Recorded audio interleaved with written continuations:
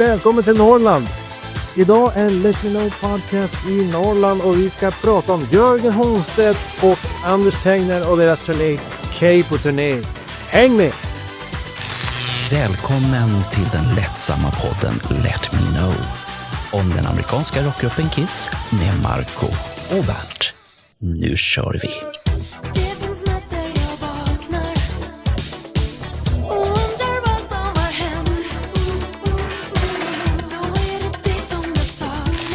Hej och välkommen till Norrland.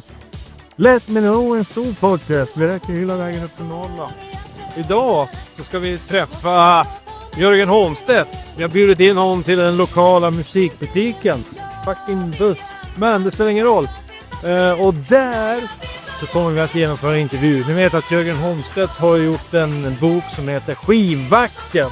Där han låter stjärnorna bläddra bland skivorna och resonera.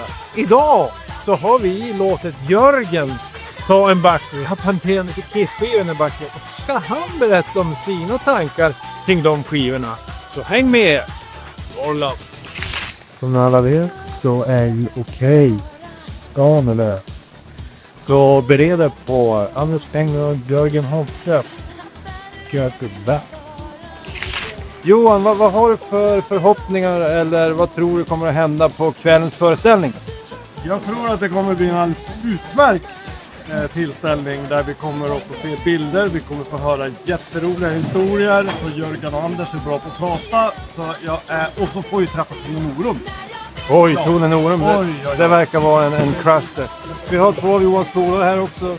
Vad tror du om kvällens spelning? Ja, det är väl... Eller spelning.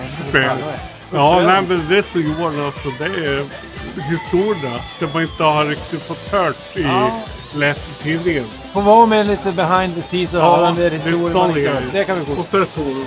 Du är också Tone. Ja, men är det någon som har sett Tone på 30 år? Jag vet inte. Ja, så är det... Är hon tajt än? Ja, och det blir det fluffig hår. Ja, okej, det låter bra. Så har vi tre. Bara den grejen. En fin tröja här för okej. Ja, givetvis. Nej, men det här kommer vi underhållande. Och bara få träffa Jörgen. Vi har haft ett kontakt med nät och Anders igen. Och så var ju träffa alla, det får väl bli. Ja, men kul. Kul att höra historier om profiler som Yngve. Och det finns så mycket att berätta. Ja, det blir lite spännande att höra vilka historier de har valt.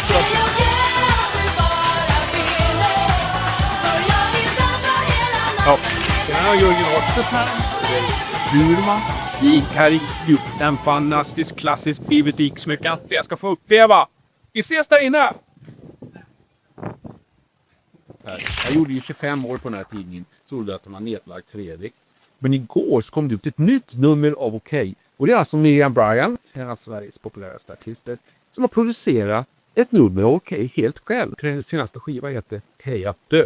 Då tyckte hon, jag gör en reklam kring det här med Okej. Vad är bättre då? Min barndomsfavorit-tidning som har sagt. Och det finns ett citat om att Marianne säger att återuppliva den här magiska tidningen kan vara det bästa geniblogg någonsin. Ja, absolut Miriam. Det var det bästa jag har gjort. Tack för det. Hej, Jörgen Holmstedt. Där dricker Kiska. Burmans musikgrups. Numeo. Klassisk skivaffär. Nu bläddrar lite skivorna i backarna till vad de har. Här ligger en Kiss-skiva som fyller 50 år i till. Bestämmer. Precis. Det här är en pestit som inte har några stjärnor i Lietta. Men det är en fantastiskt bra skiva. Folk tycker att ljudet är lite tunt. Och att det är lite kort speltid. Men jag tycker att det är bara Come On and Love Me tycker jag är den bästa låtartisten. Så 20 years to love all I can. Och troligt på visad lår. Walk All Night. Några kartlopp och öppna soldat. Så vidare. Det var fantastiskt skiva. The Clock. Ja. Och lite jättekort. Du känner till varför de har så dåliga kostymen? Ja, det var ju för att de hade ju råden. Nej, de lånade till Bob Esling kostymen där och försökte på ihop den. Men, eller inte Bob Esling, det var han. Indirekt. Men i alla fall, det är lånat. Och kolla på ställsnoder. När han står på en år. Det där har han kört i 50 år för att bli lite längre. Ja, jättebra skiva. Det här är soundtracket till min sommar 1977. Alltså som jag och mina polare spelade den här skivan. Så. Min döds var en udde. Den där på skogar. Så jag på Sturla på första gången. Fick en puss. Lite mer kanske än så. Det här var soundtrack till allt det. Jag tänker bara på sommaren 1977.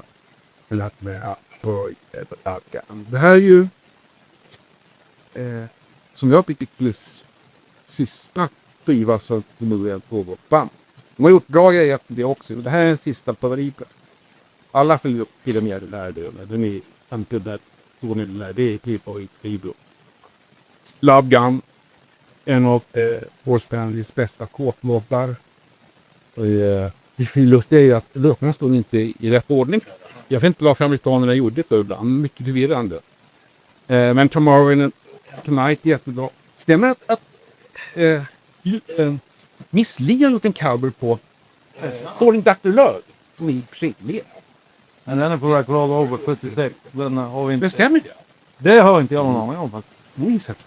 Och det som var mest sensationellt på den här skivan var kanske det att Ace Frehley själv kunde bära upp en låt med sin egen röst och så. Chuck med den är som det blir hans naturlåt. Han är ju så hoppblod upp och i cool rock'n'roll swagger och allt det där som bara han egentligen har.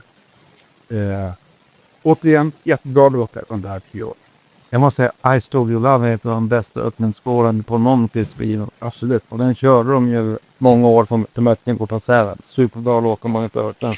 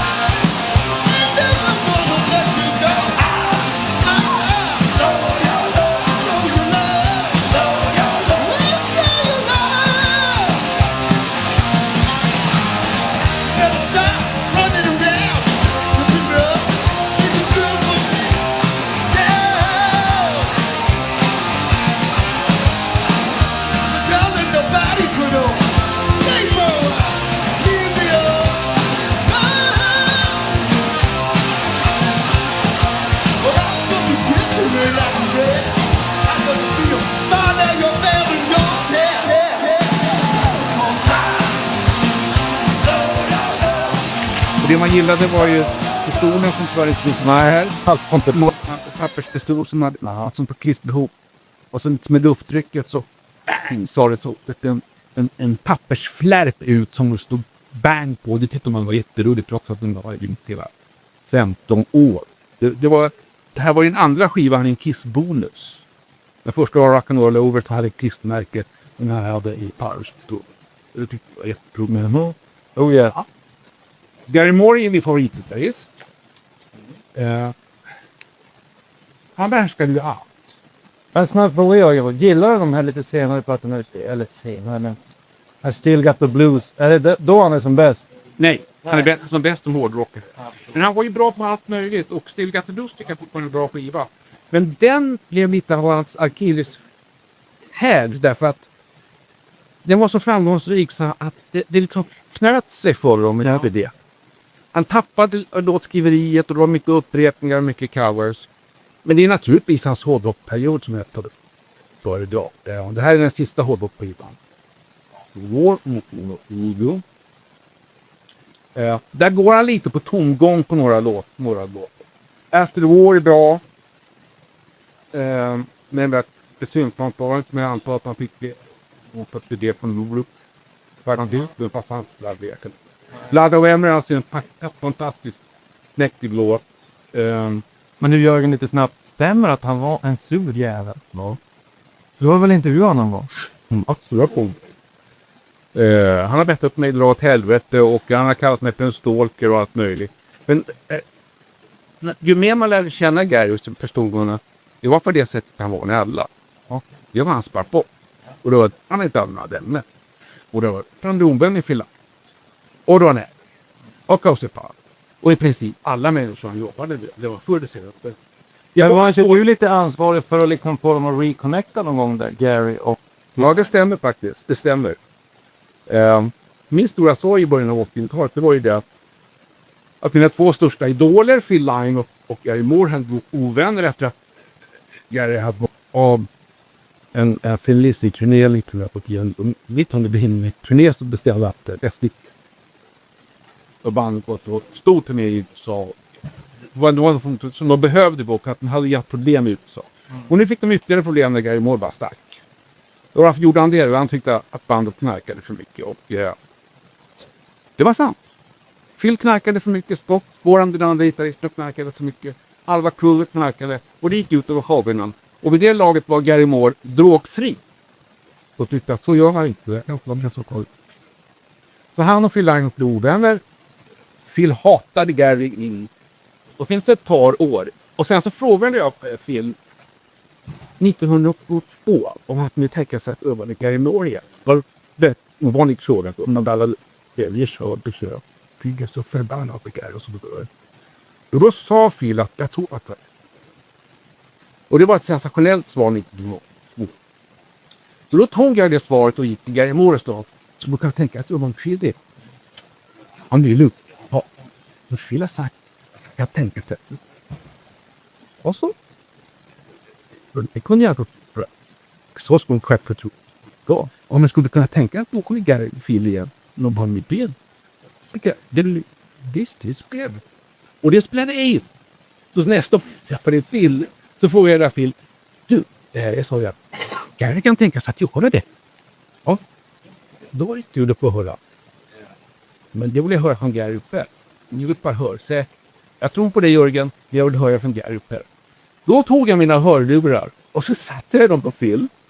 Bytte kassett i kassettbandspelaren. Stoppade i kassetten med Gary där det skolat fram till. Han säger ja, jag kan tänka mig att göra dem med Phil igen. Tryck på play. Phil sitter och lyssnar. Och så lurar han och säger okej, då är det klart. Jag ska jobba på Gary. Och sen gjorde hon den här fantastiska singeln tillsammans.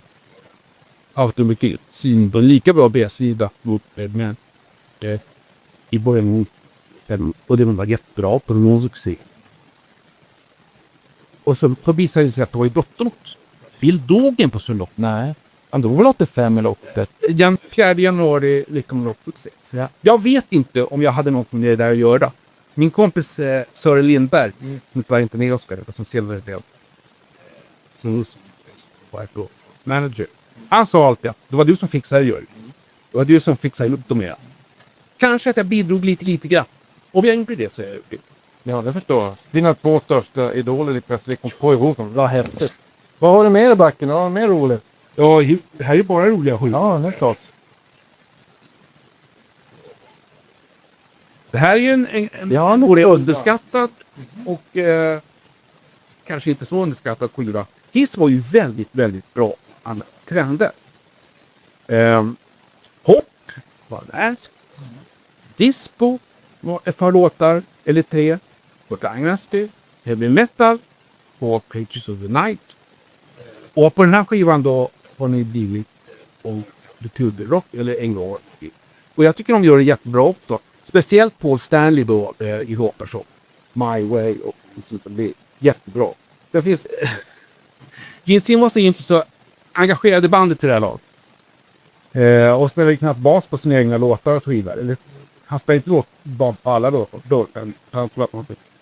Interna. Så han har ju varit, jag tycker, en av hans sämsta låtar med. No. Han är ju stenhård. Men inte så bra.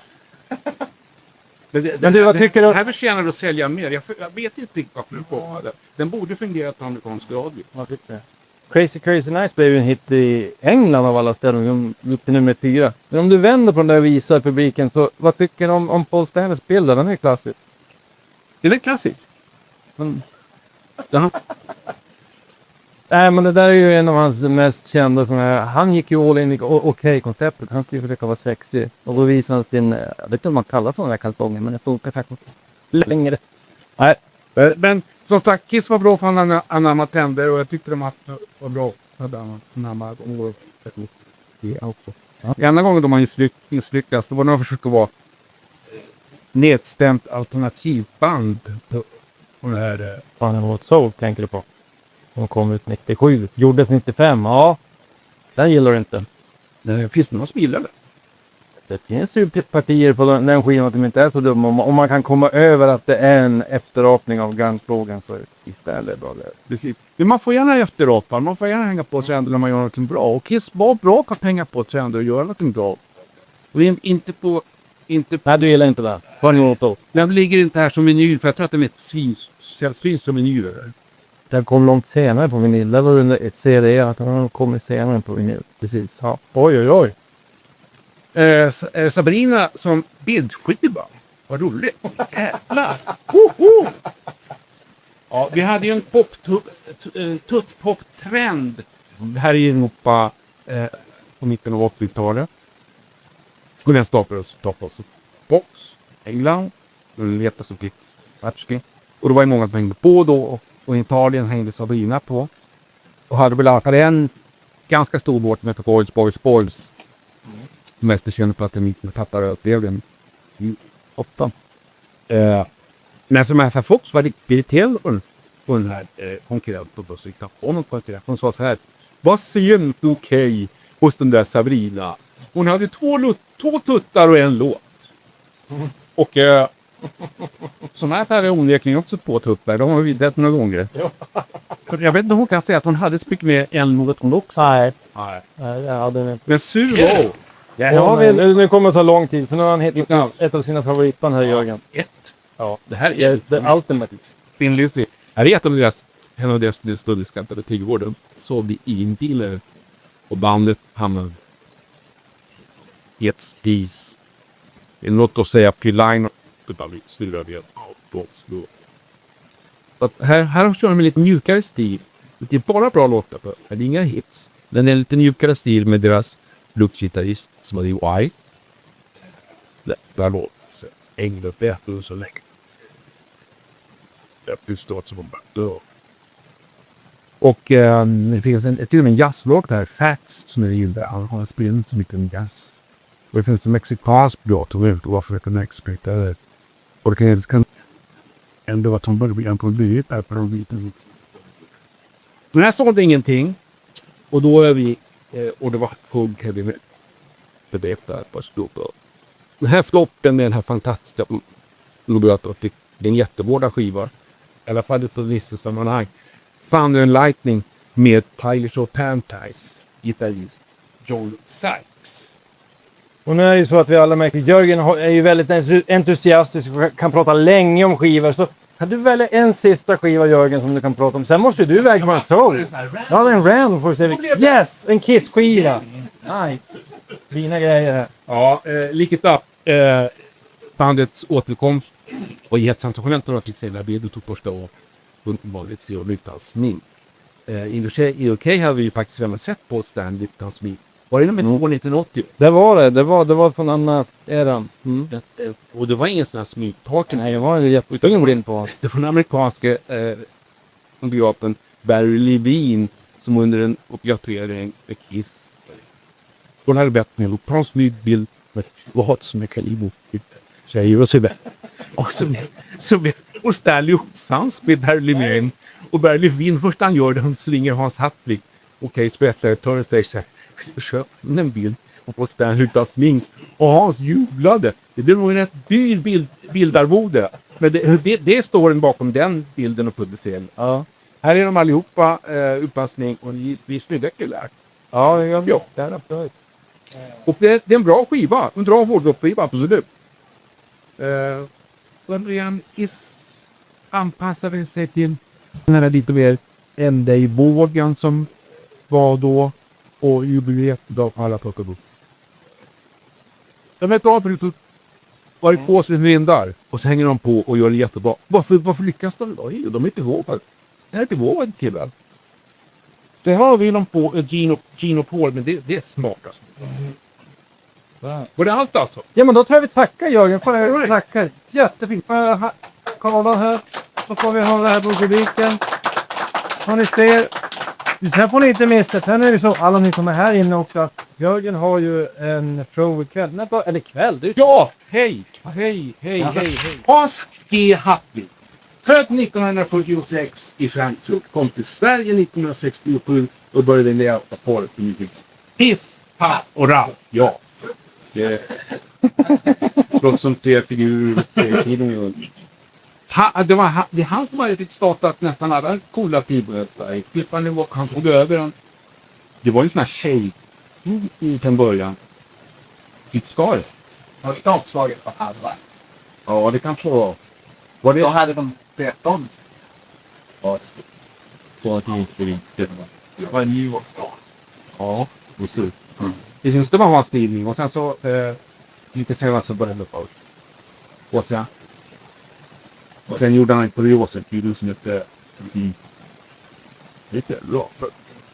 Men du är inte ganska duktig på att härma Hans Hartvig. Han har ju en ganska rolig del. Det kan vi ha det som en... Shit alltså, vad fan är ni så jävla rädda för färger i det här landet? Inga jävla svartvita tidningar min tidning ska vara bildmässig och då ska man ha färgbilder. Färg för fan! Bra. Ja. Han låter som någon från Solstollarna, alltså helt tokig. Ja, jävla kul. Ja. Ett riktigt original. Det var han. Men han var ju framgångsrik. Han lyckades ju verkligen. Ja, men sen gjorde han också att starta en känd stil som heter Veckans Mix. Och hans Temps, tidningssuccé och så skriver ritlista. Det är mer än någon chans. Där var det mycket plöttar. Jag har aldrig läst det, men det kan jag tänka. Jag har läst vis. Men han är ju nakenfixerad. Ja. Varför är han det då? Därför att det sa han tidigare. Grabben, ni fattar väl att sexsälja? Det var artisterna och visa hud för fan. Var han ju rätt. Har de där mynten men inte det där. Nej, jag har knockande. Ja. Nej, då fick upp en 83 var det någonting. Då ramade jag upp en gång. Ja. Men det är ju, jag menar, det är ultimata kicknördar, det är med det dit. Kommer det där. Alla vi är skadade så att det är så. Men du vet att du slår inte Johan på fingrarna när det gäller liksom skivsamling. Han har ju, ja, jag undrar hur många du har Johan. Skiv. 3 typ. Min fru kan säga det. 3 skivor har jag. Det är fan folk här i alla fall. Och så där borta i tonen.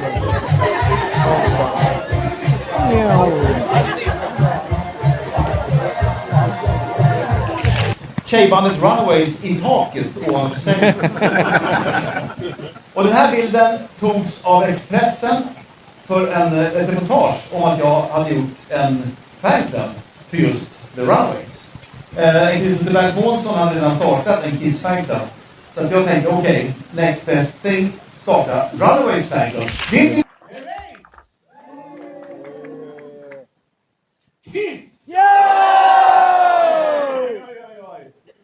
Iron Maiden! Inte till mig så noga att de kallar mig för bög för att jag använder mig av sexiga killar i tiden. De förstår inte att jag vill balansera mina nakna brudar med lite nakna killar också. I jämlikhetens tecken. Holding me tight, me tight, me tight.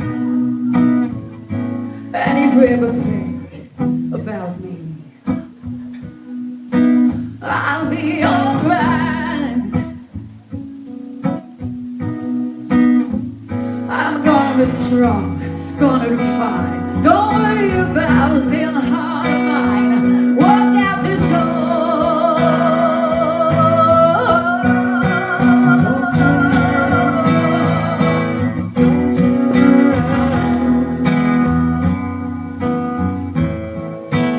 Don't turn around.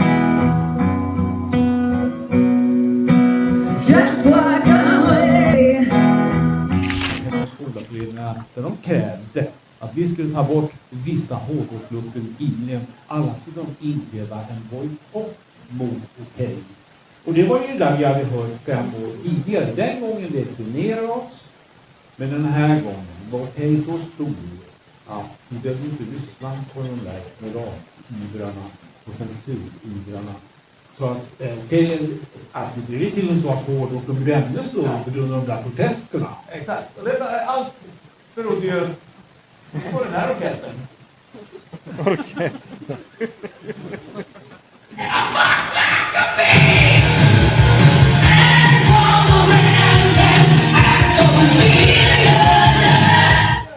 Ja, en härlig orkester hade en naken flicka på scenen som de stack med kniv. Men allt det här, det hade ju Alice Cooper redan gjort. Han hade ju till och med huggit huvudet av sig och hängt sig allt möjligt. Och Gene Simmons reglade min blod sedan länge.